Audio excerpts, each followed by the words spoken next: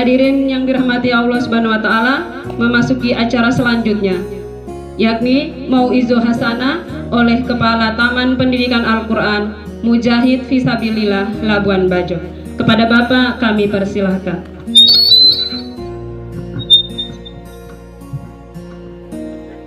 Bismillahirrahmanirrahim. Assalamualaikum warahmatullahi wabarakatuh.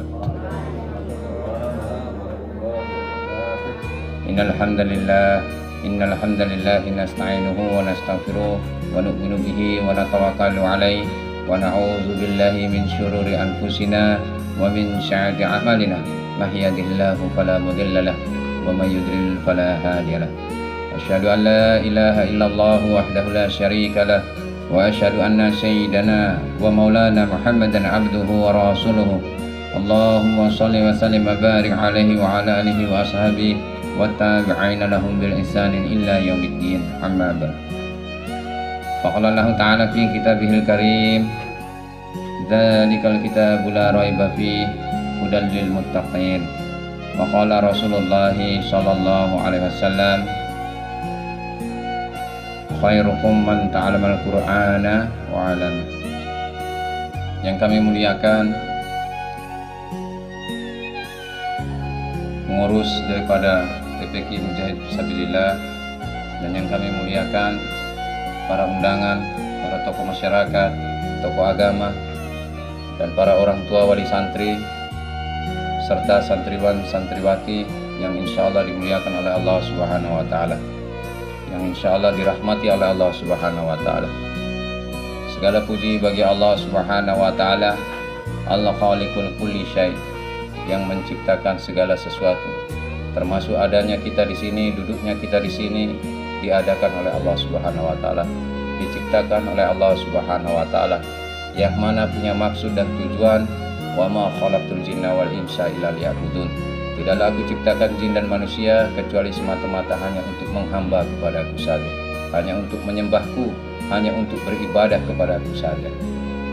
Salawat serta salam kita sampaikan kepada junjungan kita yang mulia baginda Rasulullah sallallahu alaihi wasallam, ahli keluarga beliau, para sahabat beliau, serta orang-orang yang senantiasa istiqomah mengikuti sunnah-sunnah beliau, mengamalkan daripada ajaran beliau, dan menyebarkan agama beliau hingga ke seluruh alam.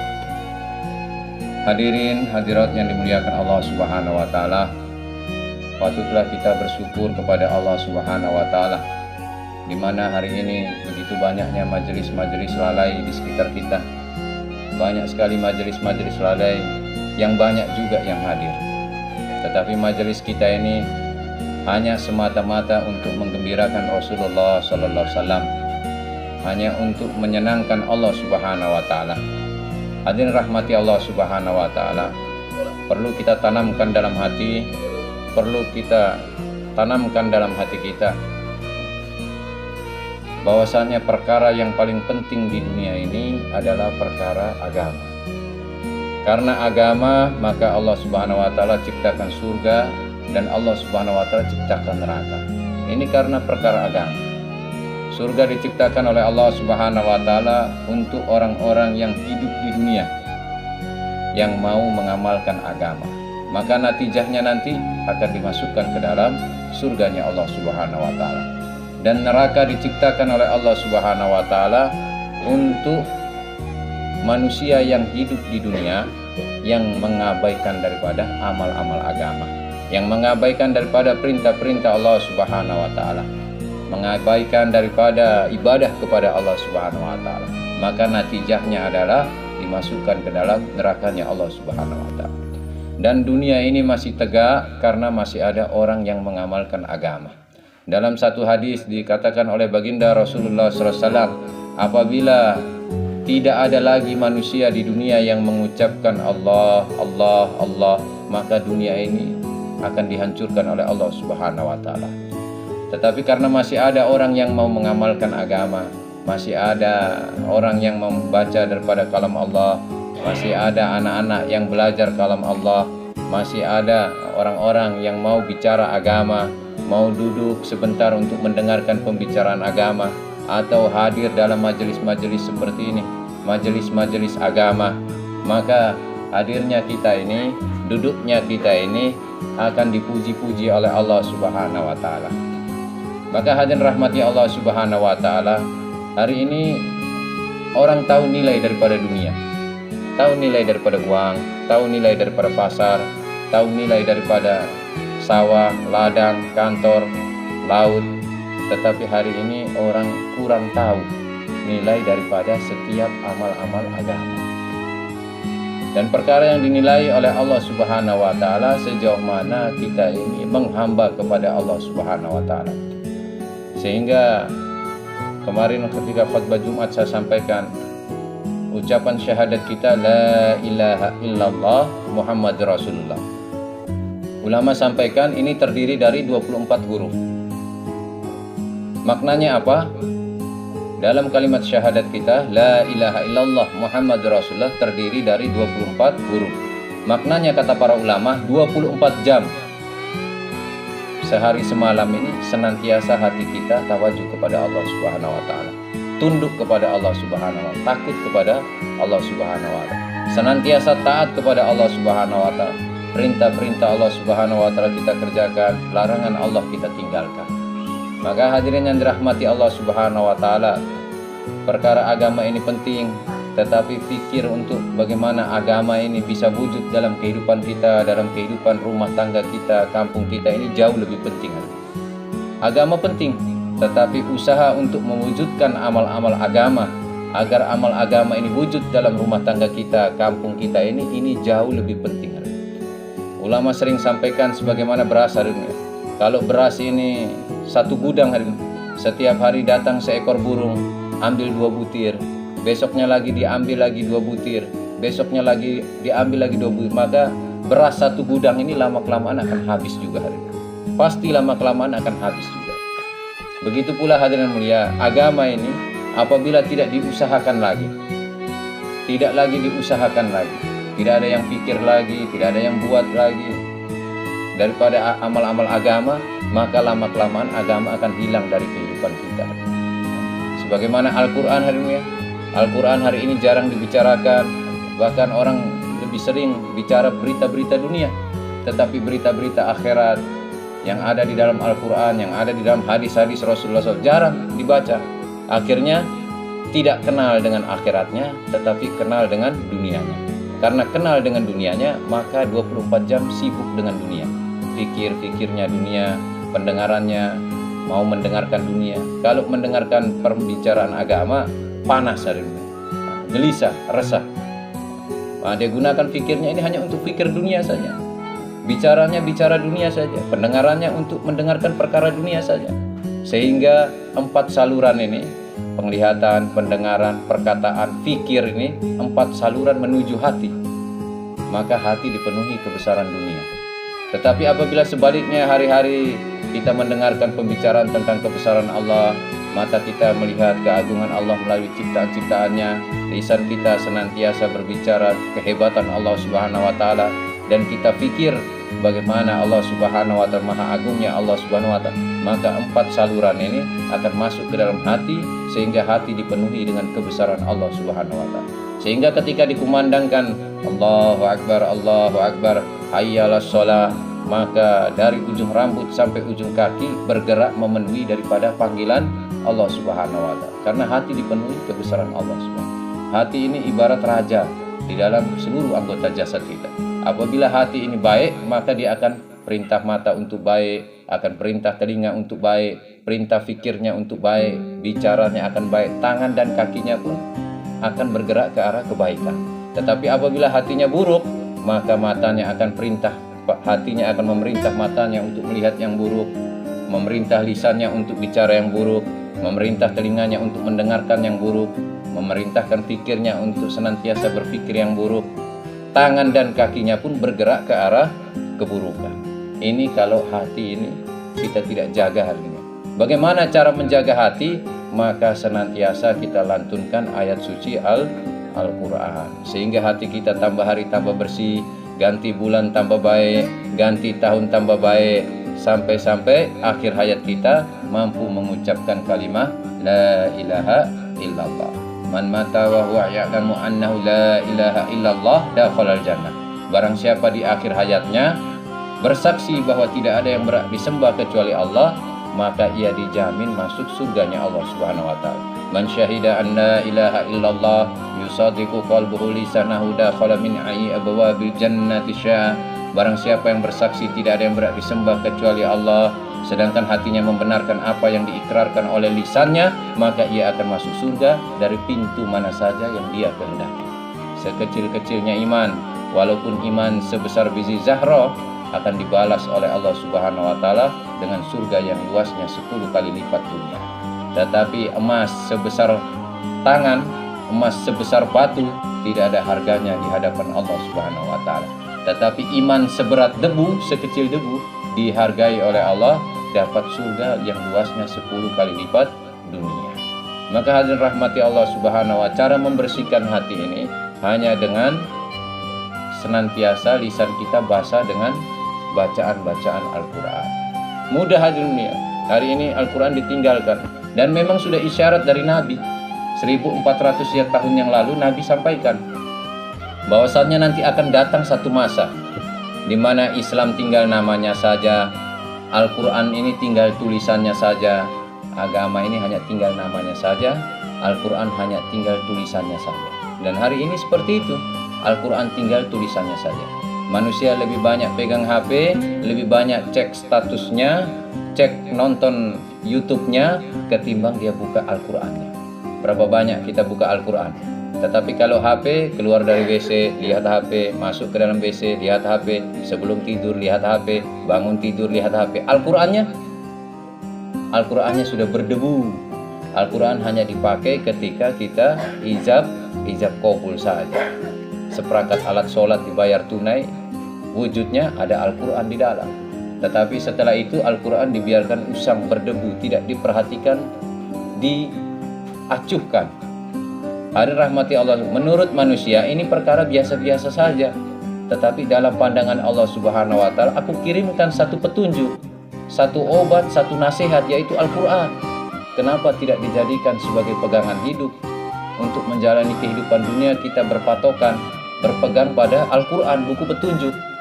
Kalau ada orang keluarkan motor dari dealer, motor baru, sementara ada buku petunjuk untuk mengendarainya, tetapi dia tidak baca, dia main kunci kontak, langsung gas. Akhirnya apa yang terjadi? Nabrak sana nabrak sini, akhirnya celaka. Begitulah seseorang yang kredit motor atau beli motor baru tetapi tidak baca buku petunjuk, akhirnya celaka. Manusia diciptakan oleh Allah langsung dibekali dengan buku petunjuk. Hudan, dikatakan hudan, dzalikal kitabul la raiba fi hudal lil muttaqin. Petunjuk bagi orang-orang bertakwa, Al-Quran. Diberikan Al-Quran tetapi tidak pernah dibaca. Akhirnya kita dalam mengendarai dunia ini 60-70 tahun ini, nabrak sana nabrak sini, kadang nabrak temannya, kadang nabrak tetangganya, kadang main, akhirnya kita semua celaka. Dan di dunia kita sengsara, di akhirat lebih-lebih kita lebih sengsara lagi. Maka hadirin rahmati Allah Subhanahu wa taala, dengan hadirnya TPQ ini, bagaimana kita dorong anak-anak kita untuk mengaji. Jangan sampai anak-anak kita ini buta dengan Al-Quran. Nah, katanya Pak Ketua MUI, ya minimal anak saya tahu bismillah saja jubailah. Nah, ketika saya mati dia tahu doa untuk saya, minimalnya. Jangan sampai buta sama sekali. Nah, saya pernah dapat cerita bilang, oh Masya Allah, ada orang yang anaknya tentara. Jadi tentara ini baik sekali, bela negara. Tetapi kalau tentaranya itu tidak tahu ngaji, dia bela negara, tapi bela orang tua tidak bisa. Orang tua masuk kubur tidak bisa dia bela. Bela negara bisa dengan senjatanya. Mana ada mungkar nakir itu mau disogok dengan peluru, mau ditakut-takuti sama senjata M16? Tidak. Tetapi malaikat mungkar nakir akan melepaskan siksaannya kepada kedua orang tua, yang mana orang tua itu meninggalkan anak-anak yang soleh dan soleha. Soleh dan soleha ini patokannya di dalam Al-Quran. Kalau dia tidak baca Al-Quran, bagaimana dia mau jadi soleh soleha? Kita harus jadi soleh soleha menurut kehendak Allah, bukan menurut pikiran kita. Kalau menurut pikiran kita, manusia ini lemah, tempatnya salah, pasti berpikirnya akan salah. Tetapi kalau ikut Allah Subhanahu wa taala yang menciptakan manusia, pasti dan pasti tidak akan salah. Karena Allah Subhanahu wa taala Maha benar. Allah Subhanahu wa taala sudah ada sebelum dunia dan seluruh isinya ini ada. Allah Subhanahu wa taala tetap ada walaupun seluruh dunia dan isinya ini sudah tidak ada. Bahkan Allah Subhanahu wa taala akan tetap ada walaupun kata ada itu sudah tidak ada. La ilaha illallah. Maka dorong anak-anak kita untuk mengaji, dan orang-orang dewasa, Masya Allah, sebelum datangnya ajal, perbaiki bacaan kita, perbaiki bacaan Quran kita. Al-Quran yang sudah berdebu itu diambil kembali. Al-Quran ini kalau tidak sering dibaca, Masya Allah. Padahal Rasulullah SAW bersabda, barang siapa yang membaca Al-Quran, maka akan diberi satu hasanah, satu kebaikan. Satu kebaikan dilipat gandakan 10 kali lipat. Selanjutnya baginda Rasulullah SAW bersabda, aku tidak mengatakan alif, lam, mim itu satu huruf, tetapi alif satu huruf 10 kebaikan, lam satu huruf 10 kebaikan, mim satu huruf 10 kebaikan. Jadi kalau orang itu baca alif, lam, mim, maka 3 huruf 30 kebaikan dia dapatkan daripada Allah Subhanahu wa taala. Satu kebaikan diberikan kepadanya di dunia dan 29 kebaikannya disimpan di akhirat. Ada simpanan, ada tabungannya. Bagaimana kalau dia bisa sampai hatam Al-Quran, seperti adik-adik kita ini, santri-santri sampai hatam Al-Quran, bagaimana kemudian untuk orang tuanya? Maka Nabi SAW pun menyampaikan, barang siapa yang membaca Al-Quran dan mengamalkan apa yang terkandung di dalamnya, maka kedua orang tuanya akan diberikan cahaya yang mana cahaya itu lebih terang daripada sinar matahari. Dalam hadis yang lain Nabi SAW sampaikan, kelak di hari kiamat kedua orang tuanya dipanggil, lalu diberikan pakaian yang terbuat dari sutra, didudukkan di dalam singgasana yang terbuat dari emas, kursi raja yang terbuat dari emas, dipakaikan mahkota yang cahayanya lebih terang daripada sinar matahari, pakaiannya berkilauan. Maka kedua orang tua bertanya kepada Allah Subhanahu wa taala, ya Allah, sebab apa ya Allah kami dimuliakan seperti ini? Perasaan amal-amal kami juga biasa-biasa saja. Maka apa jawab Allah Subhanahu, ini karena bacaan Al-Quran daripada anak-anakmu. Kau tinggalkan anak-anak, aku titipkan amanah kepadamu, yaitu seorang anak yang pandai membaca Al-Quran. Hadirin rahmati Allah Subhanahu, jangan sampai hadirin kita wariskan buta Al-Quran kita kepada anak-anak kita. Jangan sampai, karena hari ini memang banyak seperti itu hari ini. Jangan sampai kita ini satu keluarga buta dengan Al-Quran. Apabila satu keluarga buta dengan Al-Quran, maka satu keluarga itu berdosa kepada Allah Subhanahu wa taala.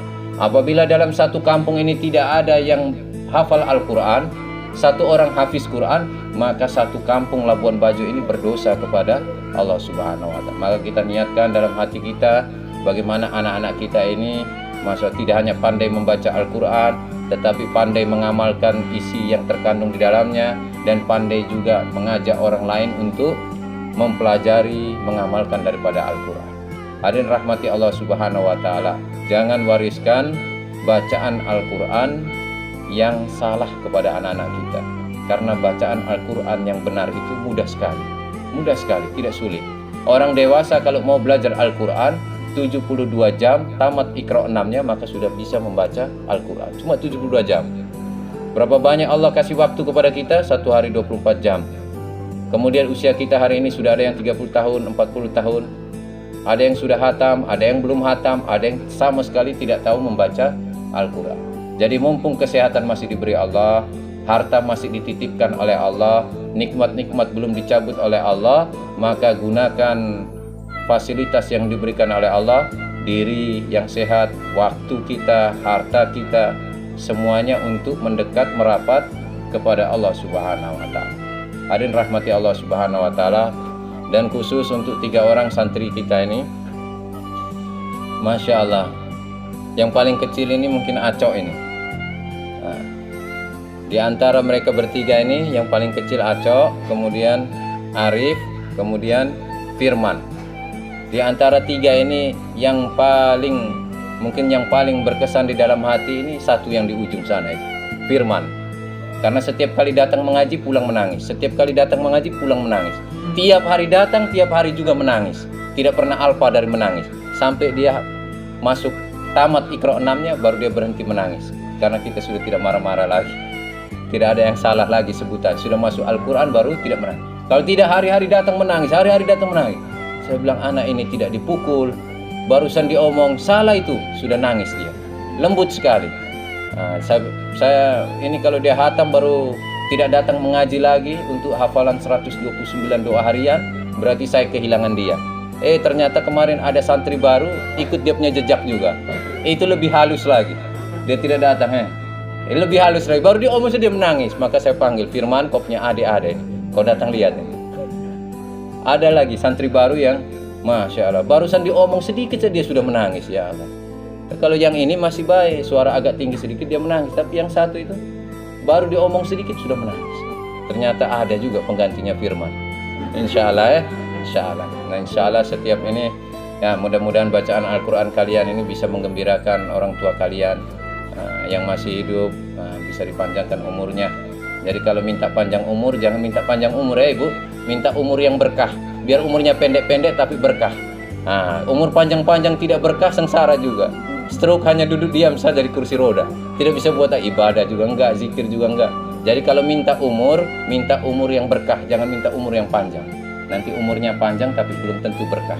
Tapi kalau umurnya berkah, pasti selamat dunia dan akhirat. Mungkin itu saja yang dapat saya sampaikan. Kurang dan lebihnya saya mohon maaf.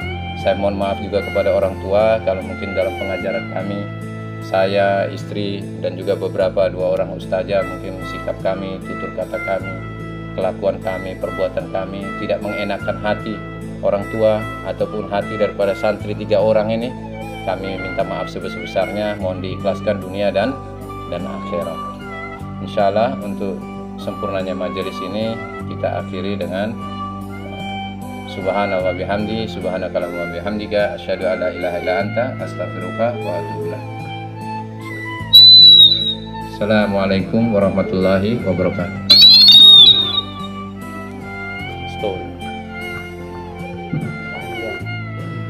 Demikianlah mau'izah hasanah yang telah disampaikan Bapak Kepala Taman Pendidikan Al-Quran Mujahid Fisabilillah Labuan Bajo.